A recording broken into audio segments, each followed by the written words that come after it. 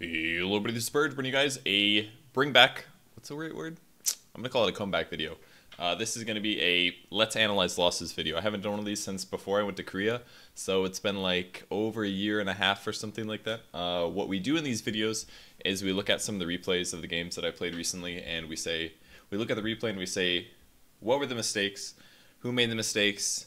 How did this lead to me losing? So you only get to see losses. The video series first came about because we wanted to look at games that I lost, because I usually don't upload very many games that I lose, and if you guys don't understand why, the reason is because most of the time games will be lost at a certain point, and then at that point till the end of the game isn't very fun to watch. And I want to upload videos that not only are fun to watch, but also they teach you how to play the hero right. And if I'm losing, there's a pretty good chance that I didn't play the hero right, or I'm not able to properly demonstrate the hero's advantages and things like that. So most of the time I just don't upload losses, because for those reasons, you know, we're losing the game, it's not very fun to watch, I don't really do anything fancy, I don't really play the hero right. It's mostly like the only value in those games, in my opinion, comes to when I upload them straight from Twitch, and in which case you get to see my emotions and you get the unknown of whether or not you win the game. So I brought up this series. By the way, I have some posters on the wall. I got my poster tape. I think I keep bumping my camera. It's like slightly adjusting things, but these are two art prints that I got from the We Love Fine website. This is an art germ, I believe. Yes, in the art germ low. Like super talented artist. I really like Venge, so I got a Venge one. And this other one's like Techies versus Jakiro, and I played Jakiro like crazy recently, so I decided to get support heroes for my posters, and I finally hung them. I know that they're like slightly off center here, but I thought it was more important to line up the posters like this. So I don't know, maybe you guys think that's obnoxious, but I guess I could hypothetically shave this off or something. But anyways, let's talk about the game. I've got 3 games coming for you guys. I already poked through the entire replays, all 3 replays, so we won't waste any time on that, just time with me talking about posters. And I took notes, and we're going to go through the games, and I'm going to show you guys exactly what I think went wrong with these 3 games. So again, these all are going to be losses, but hopefully you guys can learn something from it, and I hopefully will be able to instill you guys the ability to watch your own replays and realize what went wrong. This is a really good skill to get, is to be able to understand what went wrong. And luckily I've been, you know, casting for a very long time, and that's the main. I mostly watch other people play, and I can feel like I can see what they do wrong based on that. First of all, so yeah, like I said, hopefully you guys can learn how to look at your own games and understand what you did wrong and what might have gone better. So, alright, first of all, we're going to jump around a lot in this video. First off, to start the game, if you look at our picks, we have too many cores, and we'll just speed this up a little bit more here. Alright, so to start things off, this is our lanes. We had a dual off lane with a Dragon Knight and a Witch Doctor. Not ideal. You don't really want to do aggressive dual lanes, especially with a hero like Dragon Knight. He's not a good tri-lane hero or a core in a dual lane or more, because the hero has a very, very low stun range, and other than that he's got Breathe Fire, but he's very mana dependent, so you kind of have to get a Soul Ring, and you also kind of want a Stout Shield because he's melee, so he has a lot of those issues. He's melee, he has a very short range stun, he needs a lot of mana to do both of his stun and his nuke, so he doesn't really work out good for a tri-lane hero, so that's a bit of an issue. We'll start the game off though with a huge jump apparently. What I did this game was I did a lot of dual lane bottom with a Tiny, and I essentially spent all my time trying to zone the troll, and nothing really happened of note for the first 8 minutes. Most importantly, make sure you rune control, make sure you're stacking, and occasionally if the lane gets out of whack, you're going to be pulling. So at 8:45, I am going to jump 2, and this is the point that I want to be at. So if we look at what's happening, my notes are I killed stacks instead of TPing top. Did I already accomplish this? Did I take the wrong time? Let's go to, is there a free camera? Oh, I should be on. Okay, I'm actually late. My bad, that was a bad time. Jump back, jump back, jump back, jump back, jump back, jump back, jump back. Alright, I'm pulling. Here we are. You'll see these weird effects if you go backwards in a replay, but this is what happened basically. I had a TP scroll, I had pretty good mana, and I opted for killing this stack. This is a stack that I stacked up previously, and I thought, okay, I can use Earth Spikes and this Creep Wave to kill this relatively fast, and it'll get me a bit more experience and levels and gold and all that good stuff than I would have had. Again, we do have a dual off lane here, and it's a Witch Doctor as well as a Dragon Knight. And what I basically did was I entirely focused on getting these creeps killed. And to do that, I had to also drain mana. So this is one of the problems when you're farming with the supports, is that when you're farming out a support hero, you're generally out of mana or out of HP slightly, and that means that you can't participate in the upcoming fights. So while I did spend all of my mana and I got levels and I got a lot of gold out of this, I got about 300 gold out of this, something like that. That's pretty awesome. Getting 300 gold is great, but if I could have been to this top lane, I might have been able to do something. This is our Storm ganking. The fight went pretty well for us, but it definitely could have gone better, I believe. I think Storm, looks like Storm is pretty much dead here. He should have attacked there before he died, and probably would have been a Slark dying. Slark will end up staying alive, I believe, and it kind of looks like Witch Doctor's going to die as well. Maybe? Yeah, this doesn't look very good for Witch Doctor. He's going to have a fissure in 6, and no, they're actually going to get back. So I feel like if I didn't pull and I would have instead TP'd, that might have been better. But based on the scope of the game, I think it was better for me to pull, but that's something that I could be seen as an error. Maybe I should have been watching better on the map or something. By the time I was already killing this, my mana was a little bit lower than 200. I think it was too late, because at that point I only would have been able to respect. Well, that's the first thing that I pointed out, where I was like, maybe I should have done something else instead of what I did there. Very important to look at that stuff, guys. 10:25, we have a fight, and I'm going to skip forward to that. Blah, blah, blah. 3, 4, 5. Pause. So, this is what happened. We're pushing up onto the tower. I was hiding over by the trees. I didn't know I was here because I was sitting up here when it was still darkness or something, or I snuck up here. And what I wanted to do is I wanted to initiate from darkness. Now, my hex range and my impale range is decent, and we're just going to watch this at half speed so you guys can see how the fight went. So I'm waiting for the TP to come in. We have vision of this. I hex the Quap to initiate. The fissure actually blocks off our Dragon Knight and our Tiny, and I stun on the Quap. And I was expecting the Storm to go in here, but he actually didn't. My team reacted really late to this, and it resulted in me getting jumped on.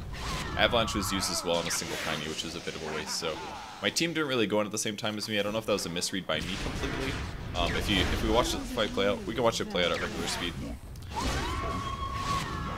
Storm ends up going down, Dragon Knight ends up dying, and the Tiny is going to retreat. But I think we got one more here.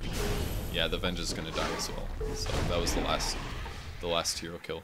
So I think that was a moderate mistake on my Storm. My Storm didn't go in at the same time. The Tiny and the Dragon Knight did get blocked off by the fissure, which was not something I anticipated. So that hurt things. They weren't as able to initiate. But I think that fight should have gone a little bit better. I don't know if I felt like I got a little left out to dry. Excuse me. So that's that fight. We can go to 12-minute mark.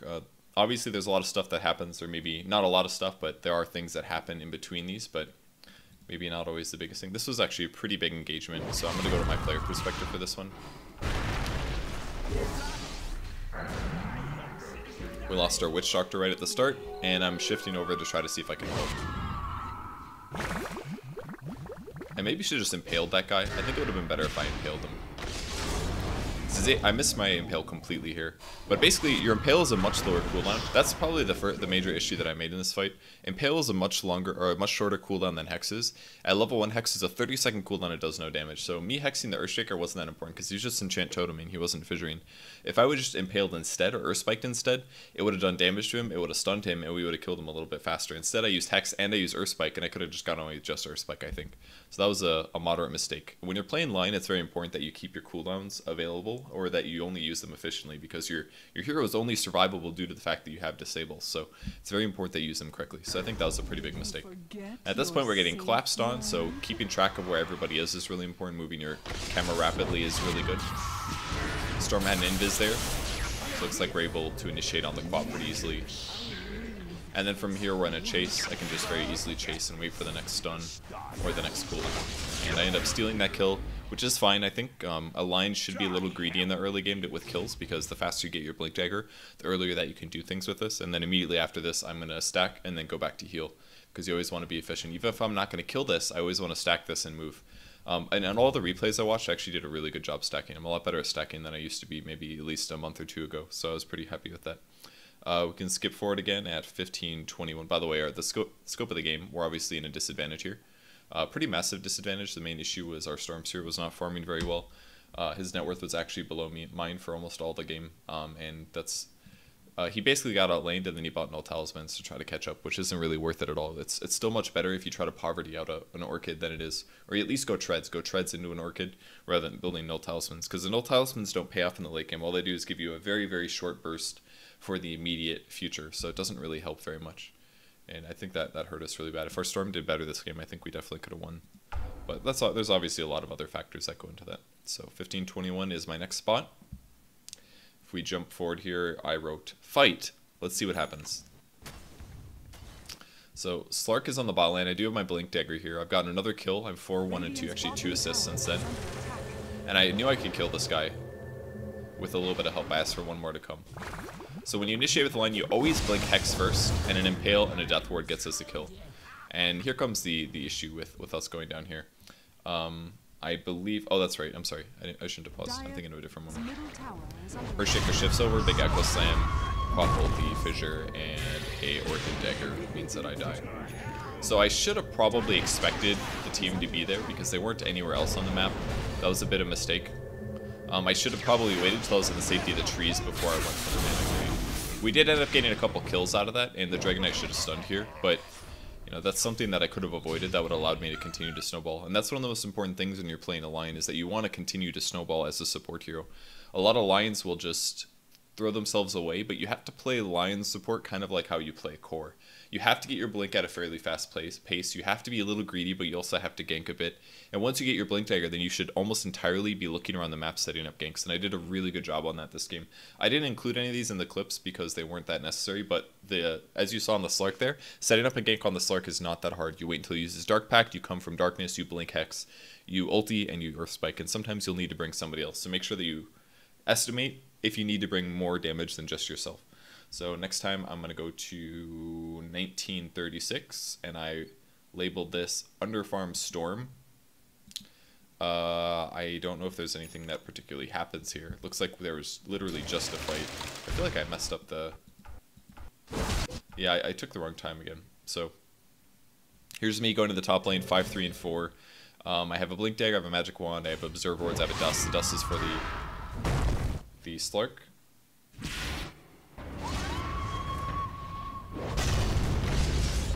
I had a pretty good stun there. Shade stunning the Earthshaker. Should be an Earthshaker kill. Yeah, that was a good kill. Then the fight disengages.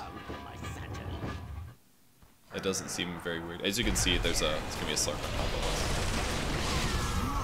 us. I probably... First mistake that I made here. I should have watched this in half speed. First mistake that I made was that I continued forward when the danger happened. So I was gonna go place a ward here, which is why I wasn't looking. But rather than running this way, I should have ran backwards, probably with the Slark. It may be a little counterintuitive to do that, but if I run away, I should have realized the Quap was probably still in the area. But by running this way, I ran right into the Quap and had no sense of survival, or no ability to survive. If I would have ran back the other way, then I have to press pause for a second so I can move. Apparently you cannot move your camera at all. There we go.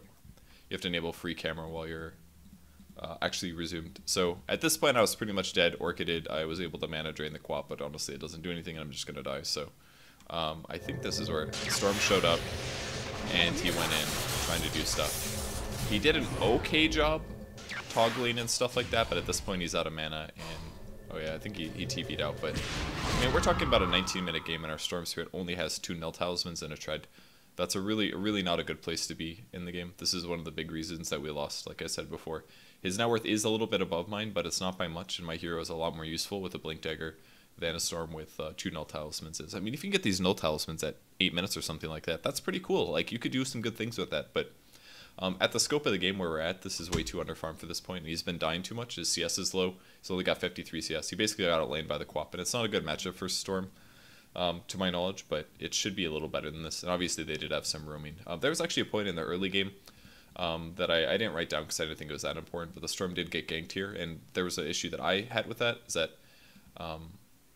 I saw the Earthshaker roaming off of the rune spot, and I figured he was going to roam mid, and I could have communicated that. So that's a mistake that I made that could have allowed Storm to die less times, which would have allowed him to get more farms. So that's something else that I can do personally that makes up for my Storm sucking.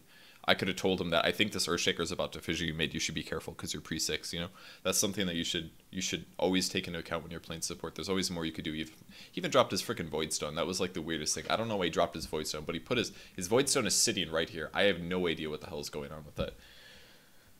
What a weird guy. 24 minutes and 27 seconds. We can skip forward here. I'm sure we did some other cool stuff in the meantime, and I'm just going to back forward 2. And then I'm going to press play. Oops. And we're going to speed things up a little bit. So I think we saw the Slark come in bottom again. I did not have my ultimate just yet. But I see the Slark. The tower's kind of low. I was able to glyph it in time.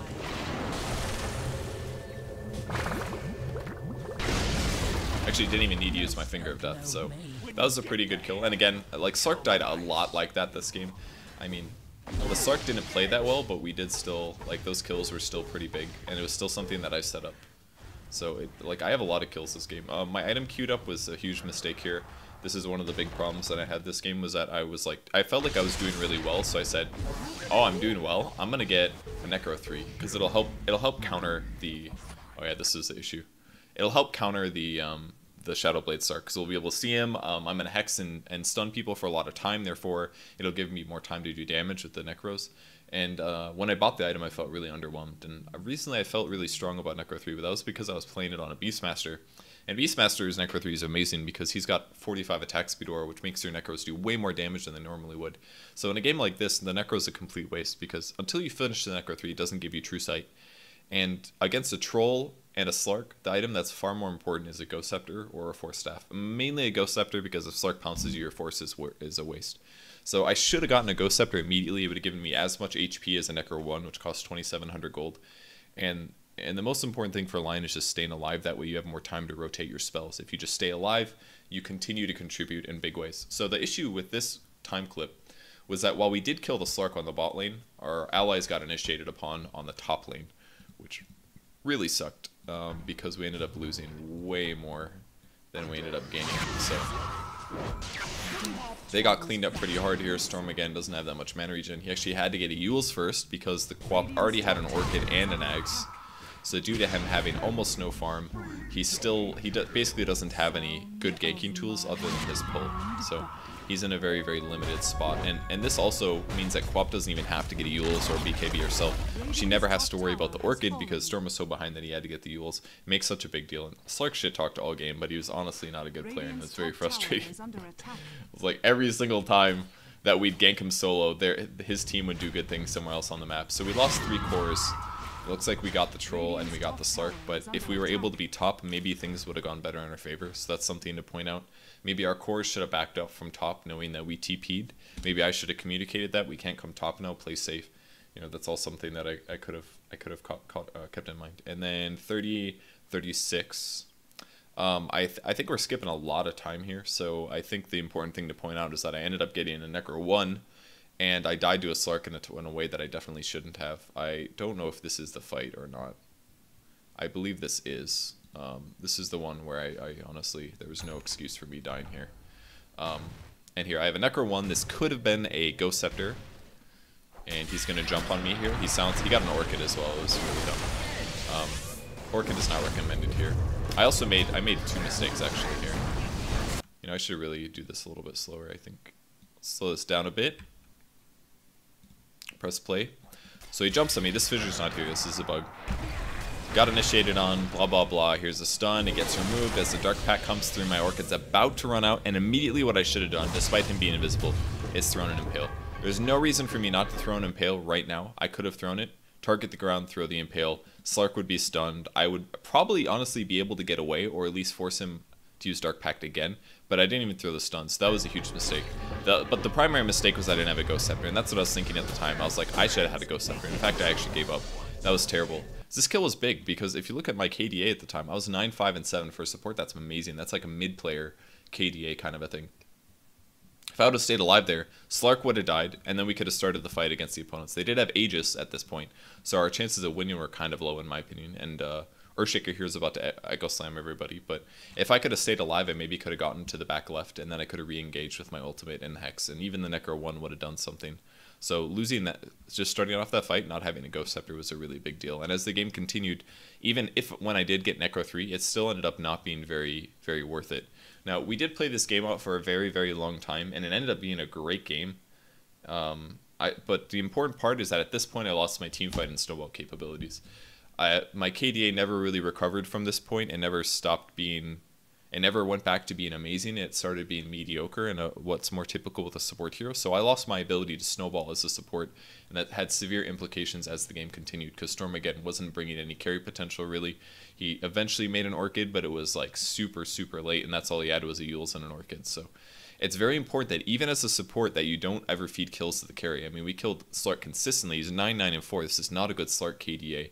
But if I could continue to stay alive, I would continue to get items and continue to get items and continue to get levels. Look at my hero level. I'm equally leveled with almost everybody on my team because I was doing well. So if I got the right item choices and got a Ghost Scepter at a good timing, then I would have been able to stay alive, buy other items, get a Force Staff and a Ghost, and then I just never would have died. Or I could have gotten like a Ghost Scepter and a Eul's. That way if I ever got Orchided by the Quap, I could just Orchid myself. That's another solution that you could do. Or a BKB even. So the game continued. We did a lot of smoke ganking and a lot of good comeback attempts, but it didn't work out. I recommend watching this game if you guys want to. The match ID will be down below. I wasn't going to make it into a replay commentary because I just made a Lion game like 2 weeks ago, but I think this game was really good. It was really close, really back and forth. Almost all the games today that I looked at really were. Okay, so that's the first game. Little things that I wanted to point out, things that are important to remember. Make sure that when you watch your own replays that you do look at your errors. Obviously, I could talk about the Storm all day, but there's things that I could have done to snowball better, and that would have helped make up for the fact that Storm was playing bad. So there's lots of stuff that you can do to improve as a support. Don't just blame your cores. I know it's very easy to do it in the moment, and I do it too, but as you go back and you look at the replays, don't just focus on your cores. Make sure that you look at yourself as well. Okay, so that's the first game. We still got 2 more to come. Second game is a Vengeful Spirit game. I had a bit of a weak early game. In fact, I had a pretty weak early game. And then in the mid and late game, we again had... this was also a very good game, I felt. There was a lot of equalizing going on with a lot of good ganks from us and things like that. So there's the hero picks and everything. First note that I've got is the 37-second Undying fight. So we're playing a Lion support with a Venge support is what we're doing. And I have a ton of tangos here. Speed this up a little bit. And we saw the Undying coming and he had 1 Observer Ward, so we wanted to get over here to contest him from putting the ward down, and we felt like fighting him. Now, first things first. We're 2 supports. We have very low armor. He's got a stout shield, so his survivability is very high. And he's got Decay, and Decay is amazing against 2 heroes because every time he strength steals, he's getting about 80 HP, a little bit less, 76. It also reduces our HP by a pretty big amount. So with that first Decay, we're already sitting at 397 and 435. The plus side is that we both have a stun, so we should be able to kite him a little bit. What basically happens is we stand together a little bit too often and he keeps getting these double decays. We also stun stacked here, which is a huge mistake. We could have done a lot more damage there. If we went to stun stack there, we very likely could have gotten the kill. I started running right as he chased me. He decayed me again, so my HP is very, very low. But I will have another stun in a second. We kill his Observer Ward. And I felt like we could maybe get him here. He continues to decay me. That's 3 decay stacks. That puts my HP at 270 and a couple more hits here. And this is the mistake, was as we had another Lion stun here, we collapsed again to go on him, and I just ran right, but he ended up getting 2 decay hits on us there. So if we come back to see how much HP he got from that, he was at 300 right before he decayed. So he's going to get about 120 HP from that, which is pretty big. That's a lot of hits, and all of a sudden he's hitting for 86, we're hitting for 40s, and he's able to chase me down because his attack speed is slightly higher than mine was. And that's going to be the first look. So that was slightly badly done. I think if we wouldn't have messed up the chain stunning here, we might have been able to get it, but even still, him catching us with a second double decay was way too much, and he was able to get the kill. We just shouldn't have tried. I think it was a little too knife edge. He had a stout shield. He was much less likely to make a mistake than we were, and he ended up getting a kill. So that's really big, especially if I'm one of the higher MMRs in the game, and I think I was this game, you can't make that mistake. It's not, you can't do that. And I ended up doing a stack, and I ended up pressuring mid a lot, which I think was pretty good. I just moved forward, and I made him use his mana, basically, and use doppelgangs and stuff to dodge, so which I thought was useful. Just in and out, stack things, in and out, throw stuns. It's useful to do that, I think. Okay, so let's move on to the next spot. That was a huge mistake. Really, really big mistake. We jumped forward to 345 point. I wrote stack in team fight. Let's see what the hell that means. Alright, I remember this point. So, As always, like I said, stack a lot. You can stack with Wave of Terror. It's very, very useful to do so. It only works now because it does pure damage. Before it did HP removal, which didn't affect magic immune units. And we had a little bit of engagement going on over here, so I'll just swap to my player perspective. Speed this up just a little bit. With a charge going through, I didn't really feel that comfortable going after the PL, but I believe I should have here. And I should have been watching the fight as well. It looked like the PL got bashed, and I was able to snipe him with a Wave of Terror, which is really good. And at this point, we have a big advantage here. We still have 3 live heroes, which means that killing somebody is very likely, and we're able to clean up the Rubik as well. So that was a really good fight. Gave us some nice advantage. That put us in the gold lead, I believe, despite us farming not quite as well. We can jump forward to a jungle fight at 650.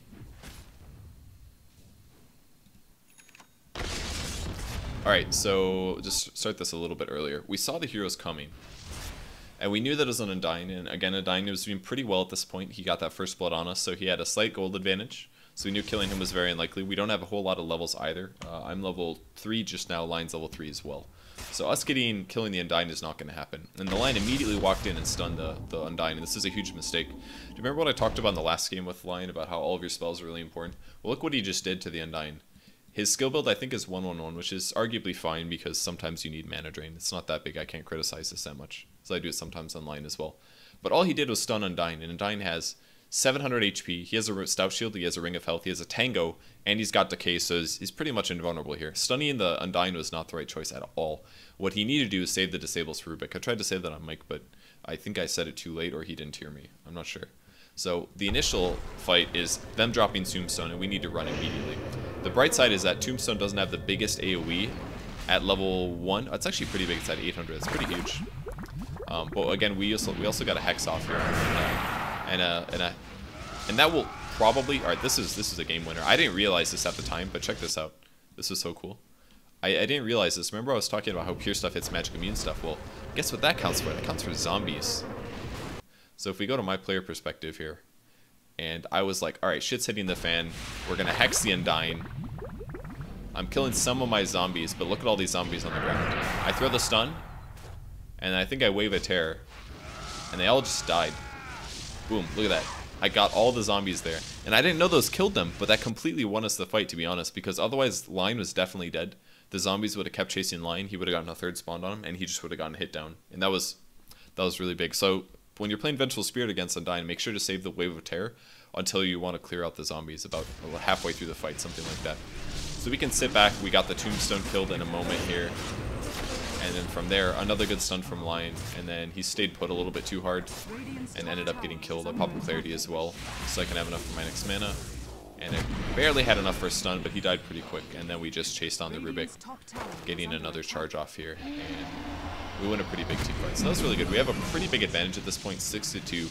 We're doing well. Gold advantage, experience advantage. If you look at the fight recap, this is just for the Rubik, but we got a lot of gold out of that. That was really good. Good fight for us. So a couple of mistakes made in that fight. Again, I think it was mostly around the line using his abilities wrong, but I think things are still going to go kind of bad. Sorry, my phone's like... I'm using this like off-brand USB cable thing that keeps like connecting and disconnecting all the time. Okay, so that was the stack plus team fight. Oh, I'm sorry, that was the jungle fight. Now we're going to go for the deny and creep. This was like one of the most significant denies I've ever seen. And as it was happening, I was like, oh my god, I hope he doesn't deny me. But I am about to hit level 6. I'm a bit under leveled, so I ended up taking the solo lane for a while, just so I could get level 6. I think I did a decent job roaming though, because I'm 1-1-4. I've participated in 5 of the 8 kills. So despite me being under leveled, I think it's been fine. So him denying that, look at my experience. I'm 8 experience away from getting swapped.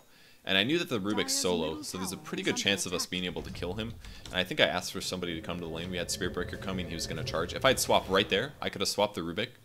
And Rubik would have been here, I could have stunned the Rubik, and he would have been a lot closer. But instead, the gank was actually on me instead. I stun on the sniper, and I'm walking away. And I think I made 2 mistakes here. Other than not getting the last hit, we did still end up getting the sniper, which is good, but I think we could have gotten a double kill there. So if I would have, first of all, gotten the deny, it would have been better. And I also think that I should have swapped as well. But the issue is that the experience came a little bit late. So if I go, let me go free camera here. So we're waiting for the experience. It had to be this creep dying, so I went to attack this creep so that it would die so that I could swap. Attacked it, got cancelled. Here's my level 6. I should have leveled up, swap immediately. Swapped the sniper. No, well, that wouldn't have been good, because then I would have been closer to their base, and I definitely would have died. But stunning the sniper was fine. Maybe I should have swapped him though. It's hard to say. I mean, I was probably going to die anyways. It forced him to snipe me, I guess, which was good. But it was a good attempt for them trying to save me. It didn't work out, but... So, it was mainly the deny, though, because we could have killed the Rubik a little... Why does it keep making that noise? Alright, I'm plugging all my USBs. It should not be making a noise. My phone isn't even plugged in anymore. So that was weird. So yeah. I think that could have gone a little bit better if I got slightly more experience, or maybe this is another thing to think of. What if I was slightly more efficient earlier in the game? I would hit 6 even faster. So even ignoring that one deny, it wasn't necessarily just a deny. I could have had 6 if I was slightly more efficient before. I could have had more experience in my lane with my Juggernaut, for example. Or if I got the kill on the Undyne, I definitely would have been 6th there. If I got the first blood on the Undyne, that would have completely changed the game as well. So like all these little things trickle heavily. That's why it's so important to look at these very, very small things, because the game is won in very small inches, very small amounts of space and experience and gold and all that stuff. If I would have been 6 there, I would have swapped the Rubik earlier, the charge would have came, we would have killed the Rubik, I wouldn't have even died. Maybe the sniper wouldn't have died, but I wouldn't have died, so they wouldn't have gotten any advantage out of that. It wouldn't have been a trade at all, you know. I think that was actually a good trade for us, killing sniper, or swapping sniper for me, but, you know, if we get an advantage and they don't get any advantage out of it, then it's a super trade, you know. That works way better. So I think that little bit of experience is pretty important. Flustered fight. I messed up this one fight really bad. I didn't know what the hell was going on. I feel like, I don't know if I got a message or something, but I remember just not knowing what was going on during the fight, and it really made the fight a lot harder. So we had an Undyne here. We're shifting over to go set up a gank. They did have an observer ward on us, so they saw this coming. Let's look at my perspective, just so you guys can see how bad I did here. Looking about initiating. There's the charge. A little bit of a stun. See, what I should have done is maybe swap the Purge to start things off, or swap the Juggernaut to get him away from danger. I think that would have been good. I also could have swapped the sniper right here. That would have stopped the assassinate from killing our Juggernaut. And then I went back in, and what I should have done here, I swapped the Rubik, but I went to stun the sniper because I wanted to get a double kill out of it, because I felt like we were going to get the Rubik. And I should have stunned the Rubik here. And this resulted with the Spirit Breaker dying. So despite me getting completely flustered and messing up, I actually didn't die there, but I really messed up the team fight. This is probably the worst team fight that I did, I think. So, again, oops, we need to go back 10 more seconds. My initial stun was fine, my Wave of Terror was fine, but I probably should have swapped the Jug to get him a little bit more out of danger, because he might have gotten through darkness fast enough. Assassinate came, I could have swapped the sniper. There's a lot of stuff that I could have done, but I didn't do this very well. And I also should have killed the Rubik. So this fight I played really bad. That's something to keep in mind when I think about winning or losing this game, because if I would have done that team fight right, when I got more advantage there, you know? All these little things matter. It's really, Dota is lost in the team fights right now, in the ganks and stuff like that. So that's the flustered fight, and then we'll jump ahead really far. We're going to the 18-minute mark. At this point, our line didn't have Blink Dagger. It wasn't even close. Well, it's 13 minutes. It's not terrible. Like, it happens sometimes, but it took a very, very long time for our line to get a Blink Dagger this game. I actually have a lot of notes from this game. Gank on PL was 18. This is a line mistake, pretty big line mistake. I maybe could have done this slightly better as well. We smoked up, and we were looking for a kill. I believe we still didn't have a Blink online. Nope, no Blink online here. Smoked up, we see the PL farming the Ancients. That was who I pinged. I said, let's go to the Ancients. That's where the PL is. I figured he was there because the illusions are there. And the way we have to initiate this is pretty tough. In fact, starting this fight is tough. What I probably should have done to start this is I should have swapped the real PL into a Hex, is what we should have done, because then the initiation is instant. We actually did it a little bit of a dangerous way. We did the charge first. And the charge was spotted, but he didn't react in time. And what needed to happen right here was an impale, but Lion instead attacked, and then he stunned. And then I stunned because I knew that Lion wasn't stunning because he was late. So I tried to catch him, and then PL went to the high ground. And this resulted in us being in a really bad spot. We ended up getting hooked. Lion got hooked here. I swapped the Lion out of danger. Was able to initiate on the Pudge. Pudge died, which is great. But look at this. All of a sudden, Lion gets cleaned up really easily due to the PL illusion. PL comes back in and is going to go do some nasty things. So if we would have, I mean, we're obviously in a bad position anyways because they had both tier 1 towers up. But if we were able to kill the PL, then Lion had a lower chance of dying, and he might have stayed alive to be able to kill the other people. And the other important thing is that with all these illusions here, Juggernaut can't really Omni Slash. He's a bit low on mana anyways, but if there's illusions there, then you definitely can't Omni Slash. So it becomes pretty tough there, and that was just a small ganking thing that needed to be better. I could have communicated that maybe. I should have said, this person goes first. I should have swapped into a Hex, for example. If the line also knew which one was the right one, he could precast his Hex. That way, as I swap, it instantly hexes him, and then it's an easy kill. Earth Spike, Finger of Death, with a Magic Missile, and a Spirit Breaker ult. That's a dead carry. And at this point, the PL was doing pretty good. He was 4-1 and 2, but there was a lot of times that the PL should have died that he didn't die, and that really made a big difference because in the late game we ended up losing largely the PL. So that gank was really bad. That needed to go a lot better. 2203, we can move forward as well. There we go. Perfect. I took 0 notes on here, but I wrote it down. I don't know what's going on. Let's see what I'm doing. Alright, we're smoke ganking again. Yes, I remember this game. So this is kind of stupid. I think this is probably my idea to smoke gank. I smoke gank a lot now, but the problem is that smoke ganking during night isn't really recommended because your vision range is not higher than your smoke break range. So when your smoke breaks, you actually have no idea where the guy is in most cases. So it's kind of dangerous to do. The other way to deal with that is to carry observer wards with you. That way when your smoke breaks, you can put a ward down, you can see where the hero is, and then you can probably initiate on them because it's still nighttime, they can't see you. If it's daytime, you can see people from range, and you can initiate without needing wards. So smoke ganking during the night is a little hard if you don't have observer wards, so I probably should have brought an observer ward with me. I don't know if there are any available. It doesn't look like we have much on the map. So that's something to keep in mind. But we're ganking through the jungle. There's a sniper over here. We break immediately. I wave a Terror for vision, and we get a charge from the Spirit Breaker, which helps give us vision. Now this is kind of where things get tough, because the Undying separates us. We are able to kill the sniper pretty quick here. But the tomb is full HP, and I definitely can't kill it very fast. So things get a little weird. We even have heroes coming from the right side as well. So us collapsing on the Undying is pretty good, but the Omni Slash is going to hit pretty much just good heroes, so that was pretty good. I stunned him, but I have a Blade Fury coming from the back, and my big mistake was that I ran to the right instead of running to the left. If I came to the left, Purge had a much lower chance of hooking me. He easily got me here, and I took big damage from it because of the damage amp from Flesh Golem, so I pretty much just died from that. And that was the end of me for the fight. The Tombstone was pretty much wasted, so that wasn't too bad. But that fight could have gone better. It was an okay fight. We got 2 for 2. Oh, and this is the other mistake that was made. The troll was really late. This is the fight starting. See where the fight is? And look at troll.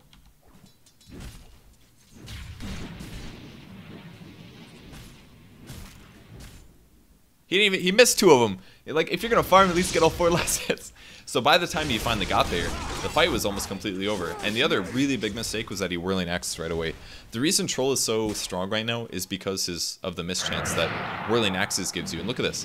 He just started this off by throwing out the Whirling Axes. What a huge mistake. You can't waste that. You have to save it for the AoE melee carry, which is Phantom Lancer. And now that Phantom Lancer gets here, his Whirling Axes is down, and he can't reduce the damage that PL does. It's so important that he misses, because then he's not going to be able to spawn his Juxtaposes either. So this immediately wrecks the Juggernaut. He's not able to spin because it's on cooldown for such a huge amount of time. And because he misused that Whirling Axes, and because he was late, it resulted in more people just dying unnecessarily in the fight. And in fact, the Troll is really underfarmed this game. It's 22 minutes, and he only has a Sange and Yasha and a Helm. He's soloed mid. I helped him against the PL. He didn't really have a tough time. He hasn't died that much, but he hasn't really farmed very well either. So I feel like the Troll really let us down this game in terms of farming as well. He should have had more items, I believe. I don't remember what anybody's MMR is on these games, but I wish he played a little better. Again, he might have been my MMR, he might have been lower, I don't remember. I had a lot of people, there was a lot of games where we'd have like 2 or 3 people at 4,400 MMR and then 2 or 3 people at 5k. So it was a lot of stuff like that. This was the 23-minute mark. You know, I'm gonna probably jump a little. This game's going a little slow. Let's jump forward. 25-minute mark. Actually, you know what? There's so much that happens this game. What am I at? 24? That's what I want. Let's see where we're at. Okay, Lion got spotted from the PL. He had a bit of a reaction mistake, so he ends up dying here. It's 24 minutes. He's just not even close to a Blink Dagger.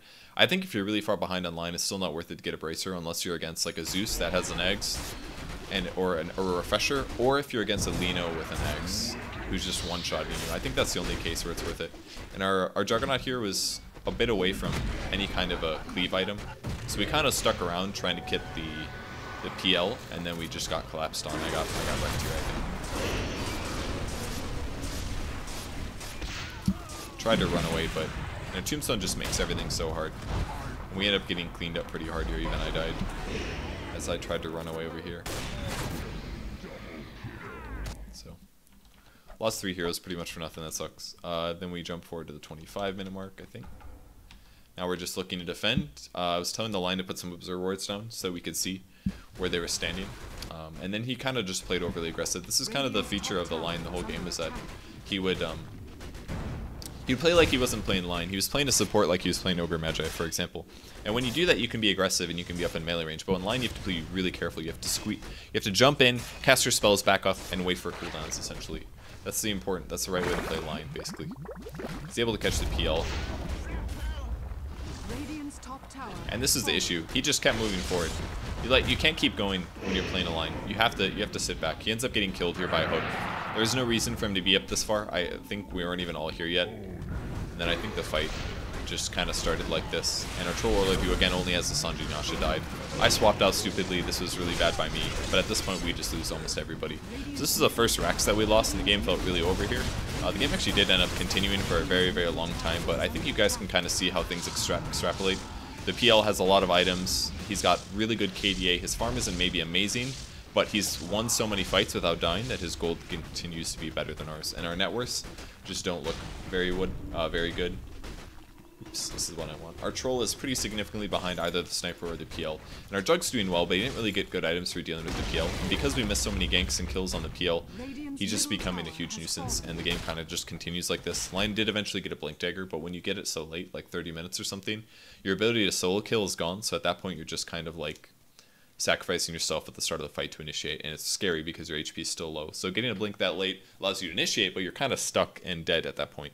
And they also have an Undying, so if zombies spawn, you're not going to blink. So that's pretty much, we did end up coming back a little bit. We can jump forward heavily here. We'll jump forward like 5. Like, the game looks over here, but it really didn't even end. We ended up defending a very, very long time. Bot got defended for a very long time. We jumped forward to the 35-minute mark, then we just made a late game mistake that was really bad. We ended up killing PL and Pudge here. They got up position, we initiated with a smoke, and then we pushed up the mid lane, got the tier 2, pressure the mid, get healed up, healing ward on the ground. Got a hook on Jug, but we have a really good initiation. Pudge dies right at the start. Got initiation on Sniper, Tombstone's down, and now we really wanted to kill Sniper. And what followed was everybody pretty much just dived. These are our carries as well. You can't underestimate the damage of the tier 4 towers. They actually do so much damage. And we killed Sniper, but now what happens? Oh, he buys back. He just spends, what, 1,000 gold, 1,200 gold, and now he's going to clean up. Kills the Troll Warlord. Jug tries to TP, he gets lifted, and I don't... Oh yeah, Sniper TP'd for him as well. Sniper gets a double kill. He probably makes back all the gold that he just got. And despite them still having a gold advantage there, we throw away our chance at Raxing because we overdove. So that was pretty bad. PL ended up surviving or coming back anyways, and with that, what happened was Roche respawned very shortly after that, and they got Roshan, and then with that, they were able to push top. I'm sorry, I think they pushed bot, finished the barracks. And then our Jug didn't listen to calls. But, I mean, honestly, the game was a lot harder than it needed to be. There's a lot of things early on that needed to be done. So, those are the mistakes. Overdiving, really, really late Blink Dagger online. I missed a couple kills in team fights where I got flustered that would allow us to keep advantages up and stuff like that. And I think our Troll underfarmed as well. The Spirit Breaker played pretty well considering. I maybe would have liked him to see max out Charge of Darkness before maxing out Empowering Haste. I think that's important because the Charge of Darkness stun is really important. If you're against the PL, for example, if it's a hero like Anti-Mage or a blinking hero like PL, you need to make sure that they're stunned all the way through until your Nether Strike hits. And I don't know what the timer is. I don't know how long it takes to cast Nether Strike, but you need to have as many Charge of Darkness levels as it takes to stun and follow up with a Nether Strike. That's really important. So that's game number 2. That was my VS game. I played a total of 15 games yesterday. I played so much. I literally just solo queued. Sorry I didn't upload a video, but I wasn't really feeling up to making a video, and I just kind of wanted to play Dota, and because I hadn't played solo queue in a long time, so I just grinded solo queue. And I lost most of my games. The first 12 games I played, I won 4, lost 8, and then I played 3 games before I went to bed, and I won 2 and lost 1. I played 3 Winter Wyvern games. Ooh, I'm gonna pick more. I think that hero's really good. And then afterwards, I was like, why didn't I pick Chen at all today? I forgot that I was gonna do that. Could have played Chen as well. Alright, this is the last game. I played Bane this game. I almost never pick Bane, but I want to make him work, so I pick him sometimes. Again, the benefits of the hero: high movement speed, really good stats, really good base damage. When the pros pick Bane right now, they usually get a null talisman on him actually, which is pretty cool. It gives you a lot more int. It's like 80 mana, which allows you to brain sap because his mana costs are pretty high. And his right click is really good, and his animation is really good. So if you get 9 more damage, harassing an offlaner is a lot easier actually. It kind of counteracts a stout shield if you think about it. Well, is it 9 damage? It's 9 damage, right? Yeah, 6 intelligence and 3 damage. Gives you 9 damage. It kind of counters a stout shield. It counts equivalent to a stout shield. So if you're trying to zone a melee hero, it makes a really big difference. So the Bane game, the first thing I wanted to point out is bad lane setups. 30 seconds. I was playing with a bunch of guys, and they all spoke English. They had Chinese names, but they all spoke English, so they were communicative and stuff. One of their friends opted to go offlane Winter Wyvern, and I think this is fucking terrible. Is the only way to describe it. Offlane Winter Wyvern is not good. Just because he has a skill that gives him survivability and he can fly over trees does not mean he's a good offlane hero. He's got 1 armor, he has horrible movement speed, and he doesn't have a reliable disable. His disable is based on attacking somebody, so you have to turn, attack somebody, they're slowed by 25% movement speed, which is a really mediocre disable. And being able to use Splinter Blast to slow somebody is extremely unreliable as well. So in an offlane setup, he's not good. This is literally a support roaming hero. This is how this hero should be played. Having Cold Embrace does not make him a good offlane hero. Please don't offlane him. So what happens is pretty much every time that you put an offlane hero in the offlane that isn't an offlane hero, they die like 3 times and then they leave the offlane. And you're like, well, there goes our offlane. We lost our offlane.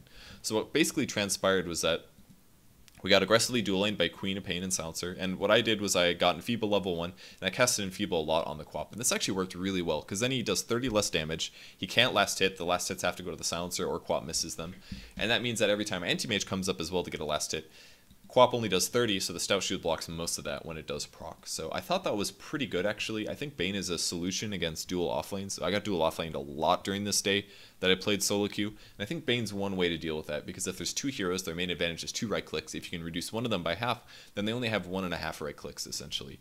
So I thought Enfeeble was a pretty cool way to get a lane advantage there. So that's basically what I did in the early game. I tried to keep them from harassing the Anti-Mage. Anti-Mage was actually like a 5,500 MMR team. It was a team party MMR. But he had a really rough game because they did dual offlane him and they had silences and all that good stuff. So we also had a jungling axe, which eventually did pay off because he eventually did start ganking and he got his blink dagger at a pretty reasonable time. But our early laning stage did not go very well. At the 5-minute mark, I had been trying to move around the map, or most importantly, keep the anti-mage higher level. I felt like maybe I could have pulled more, but at this point the Winter Wyvern shifted to our top lane and basically transitioned into full support, which was a bit weird because, well, first of all, he maxed Arctic Burn first, and I think that's completely wrong. That's not how you play this hero.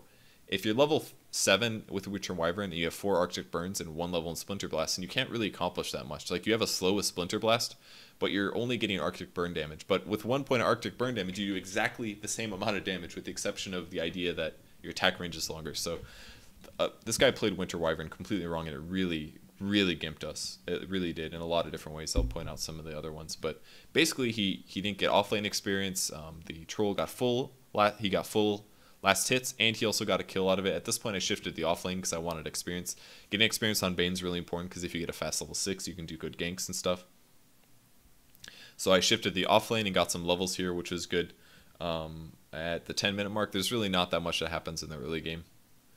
Jumped to 1050. See, it's only 6 to 6 at 10 minutes, not that much. I wrote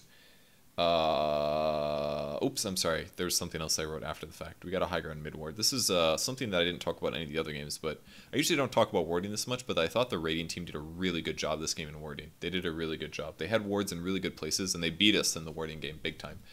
We see the sniper die here. This is partially because of a high ground ward that was just placed recently by the Storm, actually. The ward was given to Storm placed it down, and it resulted in a sniper kill.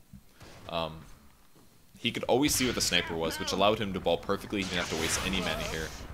He attacks sniper, jumps again, and there's actually nothing that the sniper could do at this point. Absolutely nothing. The axe shifted over, which did result in a lion kill, which is good.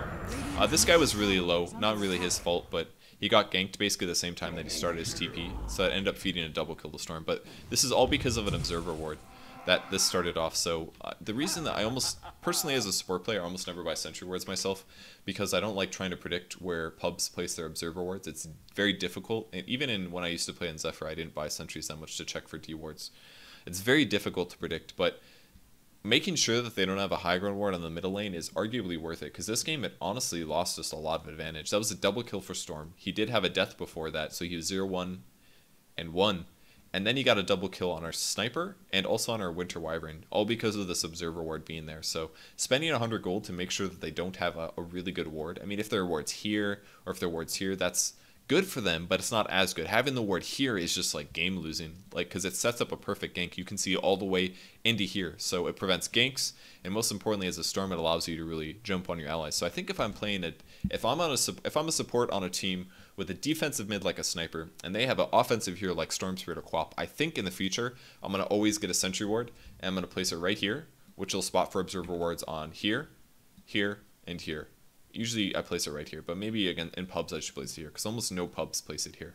I think in pubs I'll put it here. In competitive, people would always put it here, which is good because people would place here very often because it's a little bit out of the way, and a mid-sentry would one spot it. So I think in that situation, enemy Storm, allied defensive hero, I will always put a sentry down to try to catch this ward. That way I make sure that my mid is more defended, because you can't always be there. For example, Storm is going to jump on people, so putting a sentry down helps a lot. I think that's a really important thing to point out. Alright, at 10:50 we have a fight. 10:50.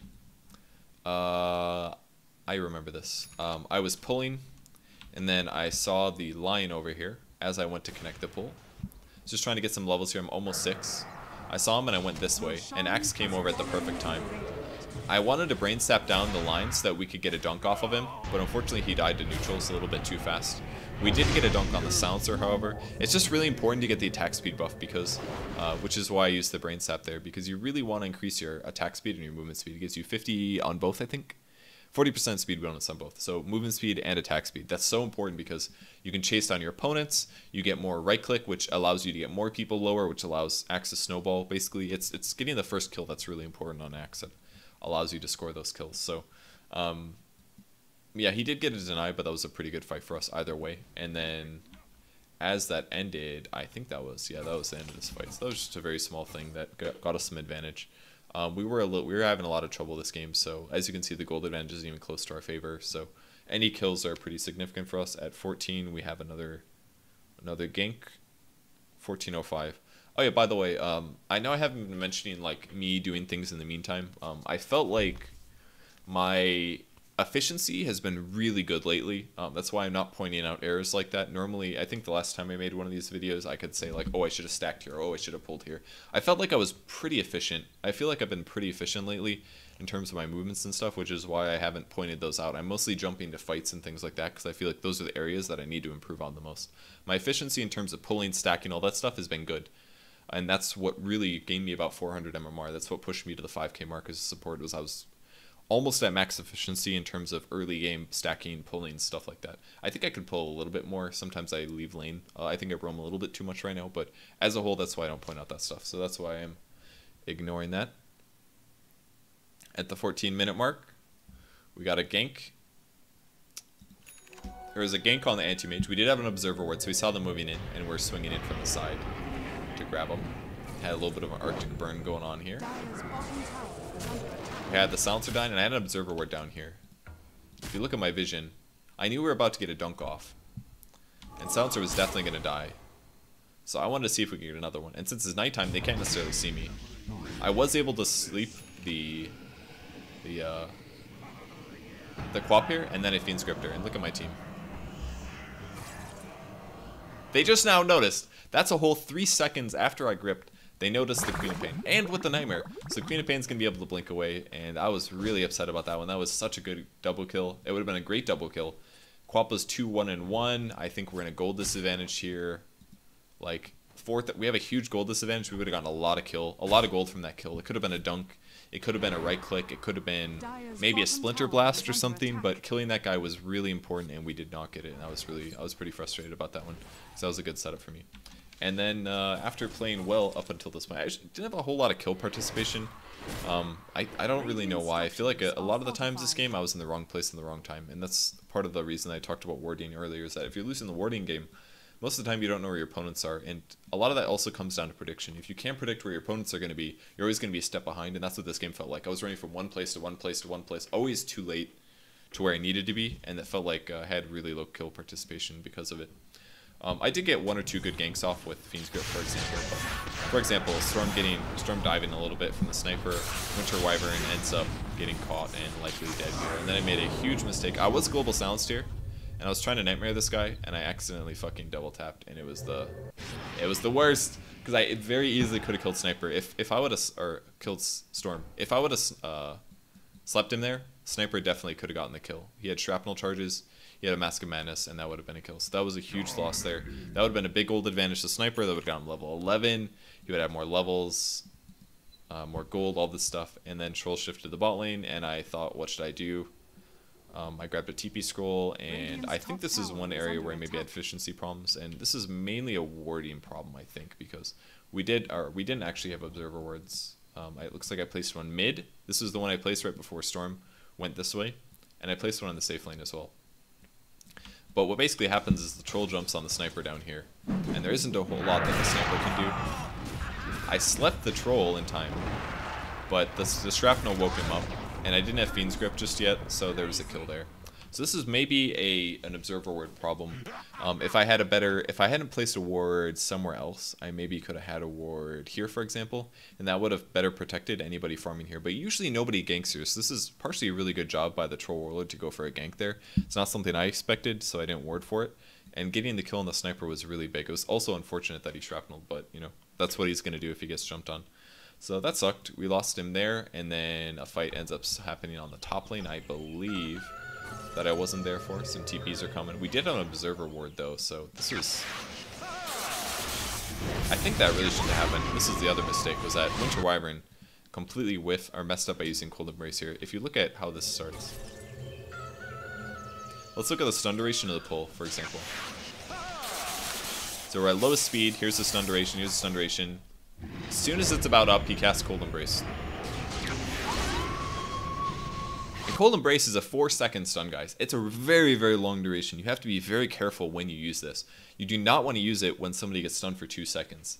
You only want to use it if somebody's getting stunned for 2 seconds and they're about to take a lot of physical damage from a troll. Because if he didn't stun this anti-mage for 4 seconds, Quap may not have been able to use his Sonic Wave. He would have been able to use his Magic Stick of 10 seconds, and he very likely would have been able to blink away. By the time he finally did get his blink off, and he did eventually blink, he was silenced then for more time, and the Storm was able to clean up. And in the meantime, I was in the wrong place. I should have TP'd a lot earlier, I think. TP now, but I didn't quite have mana. I had mana now, so me going earlier actually wouldn't have done anything. This was as a result of me, of course, being on the bot lane. You could maybe criticize the fact that I used Enfeeble on the troll before he killed the sniper, because it wasn't going to make a difference in him killing or not. I would have had 94 mana, 95 extra mana, and I might have been able to brain sap there, but I was too late. And again, wrong place, wrong time. But I did actually have a ward up there. They just shouldn't have been initiated upon, and the main issue was the Cold Embrace from the Winter Wyvern ended up losing us that fight a little bit harder than it needed to be lost. So again, running across the map, I just ran all the way, all over the place trying to get kills.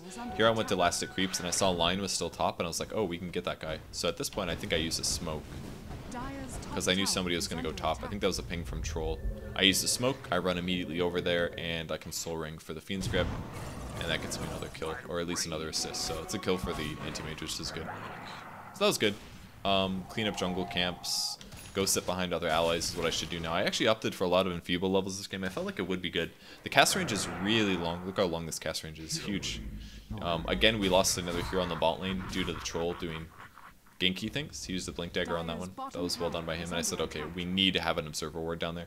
So I shifted down and I put a ward on the high ground, which should protect our lane a little bit. In the meantime, again, another gank. Storm Spirit goes on the mid lane, and this is just a warding. Let me see how that fight happened, actually. Where did the storm come from? Oops, I'm pressing plus repeatedly. Looks like Silencer's gonna die here. Storm farmed here. Okay, he walked through our jungle, it looks like, which means that my ward didn't protect against it. Maybe I should have put it here instead. That way we could see the jungle. This is another place that they really wrecked us in warding. They had really good aggressive wards. This one's very hard to de-ward. This one's pretty easy to de-ward. You just put most people put a sentry here. But this one's very difficult to de-ward because most people either place here, or they place here, or they place here. So putting it in the middle is very difficult to spot. This is a good one. It also doesn't block the camps. but it looks like it notices. This one's really good because it notices people going through this spot, but also spots this spot and people farming here. So it's a really good ward. That ward advantage helps them a little bit. Oh yeah, we chased for the bottom here. We tried to get the troll, but my team initiated too early. But luckily I slept the silencer, and I'm going to do a grip just to initiate so my team feels comfortable fighting. I eventually did get hexed, but it's a terrible mana void. But we ended up getting 2 kills. It ended up being okay, but I don't remember where that sniper died that I was trying to point out earlier, but whatever. This is a bit of a mistake, I think. With 2 dead heroes, I thought that they would fight this, but they didn't actually fight it, so it makes my Berserker ward pretty wasteful. This is a terrible ward if you're not trying to push the tower, so I think if you're placing it literally just for the tower being taken, I think that was a little bit of a waste. I could have used that for the jungle instead. I should have put it in the jungle, and I didn't. So that was a moderate mistake. And then I'm going to run all the way home here. I really like the Tranquil Boots on Bane here, because he is about initiating in a lot of ways, so the extra movement speed before you take damage is good. I thought that was okay. An early gem might have been better. I got a Staff of Wizardry here, but I think I should have gotten a gem because they were pressuring us a lot. I would have been able to grab that ward, I would have been able to grab that ward. Could have gotten us a good early advantage. Storm Spirit also got an early Bloodstone. He didn't go for an Orchid, so I think I could have gotten away with skipping my Force Staff until later. At this point I wanted to grab some more levels and experience, but I think instead I should have been sitting with my team. There's no point for me to farm. Like, if I'm playing a Bane, my nose is like so itchy right now. If I'm playing a Bane, and I've got Fiend's Grip up, I shouldn't be farming, I should be setting up kills. And I should be doing that, but probably sitting behind one of my allies. I did a really bad job of predicting things this game, and that's basically because our team never really felt safe. Nobody felt safe farming the lane, so I saw the lane and I was like, I can't pass that up, the lane farming is way too good. So I would always go to a lane, but I should have been sitting behind people because I might have been able to help. I almost never casted Nightmare this game defensively, I don't think I ever did. And it's decent for that.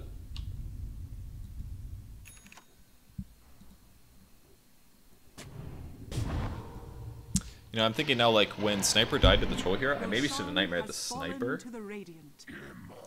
Because then Troll would have had to attack him. It might have bought him, like, an extra second. Maybe not. We did end up dewarding this with 2 sentries. Not finding anything. My phone is being called. Sorry, guys. I'm not going to answer this. Oh, yeah, I should look at my notes. Can I mute this? There we go. Let's see the notes for the rest of the game. I don't know why I forgot about notes. And then, oh yeah, I said 15 to 20 minutes, and then at 23 minutes we had a wasted smoke. 23 minutes. Bam. Alright. So we smoked here because we saw Quap pushing bottom, and then she ran into the river, and we didn't get that, and then it ended up timing out. We ended up not getting anything out of it. That was a really big mistake here. I don't waste smokes very often, but it definitely happened here. This is the same principle that I talked about earlier. It's nighttime. I don't have observer wards. We don't know where they are. So our smoke ends up being completely wasted. And smokes are so precious. Smokes are basically your comeback mechanic, and I use them a lot more for ganking than I used to. In the past, I never touched smokes, but I use them all the time now. I really recommend that if you guys want to be better players. But don't waste them. You have to use them for good ganks. You have to grab 2 or 3 heroes. Go for a hero that you see on the map because you already have wards down. Put wards down while you're also smoking. All that stuff's really important. And then from here to the end of the game, I think we just kept getting stomped in team fights really bad because they had a good gold advantage and all that stuff. So they controlled our jungle. Our anti-mage got pretty bad farm. I mean, it's 23 minutes. He still doesn't have a battle fury. That's a really bad timing. The guy was a good player, but we just needed better lanes, I think, was the bigger thing in the early game. If he was a better hero that contributed with the Bane. Like, Bane anti-mage is a terrible dual lane. Like, Bane is an okay support hero, but in combination with the anti-mage, Nightmare does nothing to set things up, because anti-mage can't break it with a spell. It doesn't give him time to set up. He already has mobility. Nightmare is used to allow your heroes to have extra mobility, and anti-mage has mobility. So we have all this mobility advantage and a little bit of damage, so it's just a terrible dual lane. Bane anti-mage, never do it. It should be something like Bane Potom, or literally anything else. Literally any other carry would be better, I feel. Sniper is maybe not a good idea because it'll break the Nightmare, but any hero with a stun with low mobility would be far better with Bane than anti-mage. So our dual lane sucked. We ended up getting outlaned, and then Storm kind of went around and did a lot of good things. I got some good ganks off in the early game, but my 6 came a little late. If we would have gotten more kills in the early game, my 6 would have been faster. I could have gotten more kills. We had a bad offlane hero, and the Winter Wyvern didn't play his hero that well as the game continued, and that's kind of why we lost this game as well. So lots of things to learn. Don't cast Nightmare on yourself when you're trying to cancel a TP in here. That's also really important. So that's it for the game, or for the games today. The video today is what I mean. I hope you guys learned a lot. That's me analyzing 3 replays. I pointed out a lot of things that I did wrong in team fights. In most cases, the reasons that I didn't, I feel like I didn't point out that many things that I did wrong, but I did make a lot of team fight errors. But as a whole, most of these games I was the high MMR, so it's hard to see. Usually, like, when you're the high MMR, you make less errors. You're profiting because your opponents make worse errors than you. If I play against players that are much better than me, I make a lot of errors. But when I'm in the high MMR, it's harder to see errors. You don't see errors come from my mistakes. Does that make sense? If my opponents are doing dumb stuff, I can profit from that. If I'm doing dumb stuff and my opponents aren't better than me, they're not going to profit from my dumb stuff. So it's hard to see my errors. Does that make sense? So it may look like I didn't point out my errors this game, but I feel like I was efficient in stacking. Like, for example, I'm 1-0-3 right now. It looks like I haven't been doing that very much, but have been moving around. I've been warding, I've been smoking, all that stuff. Whereas my team is sitting at much worse KDAs, 1-6-9, 2-4-5. Axe did a good job. I didn't die that much, which is good, but I feel like my KDA could have been better this game. So maybe covered sniper more. There's a lot of things I could have done better, but they're all very, very subtle. So I don't want to say like I didn't point out my errors in this video at all. I feel like I did when I found them applicable. So anyways, I hope you guys liked the format. I think this video went really long, a lot longer than the last time I made a video, but like this. But I hope you guys enjoyed the video, and hopefully you guys can look at your replays as well and notice small things that you did wrong. A lot of it's in team fights, I promise. Efficiency in team fights, those are the big two, where you find errors, at least for supports. For cores, you're also looking at last hitting, which is pretty obvious, able to tell, oh, I missed this last hit, oh, I missed this last hit. But team fighting and efficiency are really important on all the other rules. So, all right, thanks for watching, guys. I will be back tomorrow with a video. I think I'm going to stream tomorrow, probably after, like, later afternoon for US time. Not so much for EU time, because the streams lately have been more like EU ideal. So I'm going to try to do like a late night US stream maybe sometime tomorrow, perhaps. I think is what I'm aiming for. Anyways, thanks for watching, guys. I will see you tomorrow. Bye.